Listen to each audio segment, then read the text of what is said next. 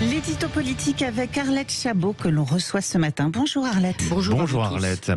Emmanuel Macron a présidé donc hier les cérémonies du 11 novembre, l'armistice, la fin de la Première Guerre mondiale. Il a assisté aussi à l'inhumation du dernier compagnon de la Libération, Hubert Germain, mémorial de la France combattante au Mont Valérien. La mémoire, l'histoire, ça compte pour un président de la République. Bah oui, tous les présidents de la République doivent s'inscrire dans le grand récit national. Alors évidemment, c'est beaucoup plus difficile pour ceux qui ont raison de leur âge, n'ont pas traversé de période historique, pour faire simple, n'ont pas fait la guerre ou connu la guerre, le dernier étant Jacques Chirac qui avait combattu en Algérie. Alors les successeurs ont cherché à se glisser dans notre histoire.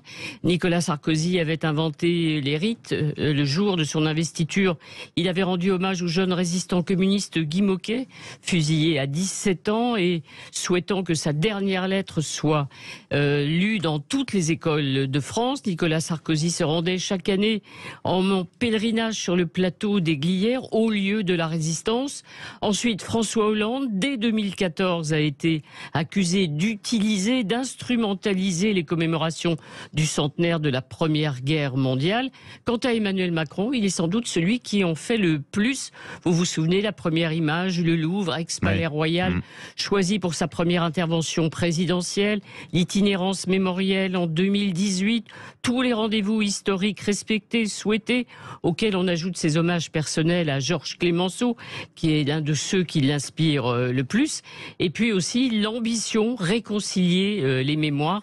Il a réussi avec le Rwanda, mais il a raté, échoué pour l'instant avec l'Algérie. Le président et l'histoire, c'est ce qui explique aussi la bousculade mardi dernier à Colombey-les-Deux-Églises. Ils ne sont pas tous gaullistes, les postulants à l'Élysée, mais tous, évidemment, espèrent récupérer une petite partie de l'héritage, l'indépendance et la souveraineté. Mention spéciale pour Éric Zemmour, quand l'histoire cherche à rassembler les Français.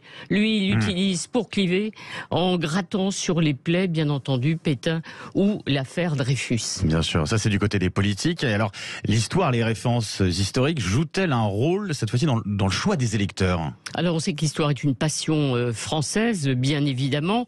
C'est important, l'histoire, et parce qu'on connaît ainsi les références, les filiations, les proximités de ceux qui aspirent à gouverner la France.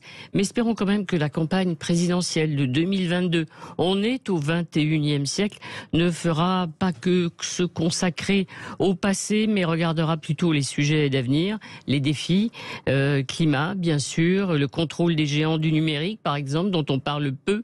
Ce sont les défis d'aujourd'hui qui feront l'histoire de demain. On regarde un petit peu vers l'avant, en tout cas. Merci à vous, Arlette Chabot. On vous retrouve tout à l'heure à 8h45 pour nos grands débats du matin avec Philippe Bilger qui sera avec nous, et puis avec vous, bien sûr, 0826 300 300 pour réagir à l'actualité.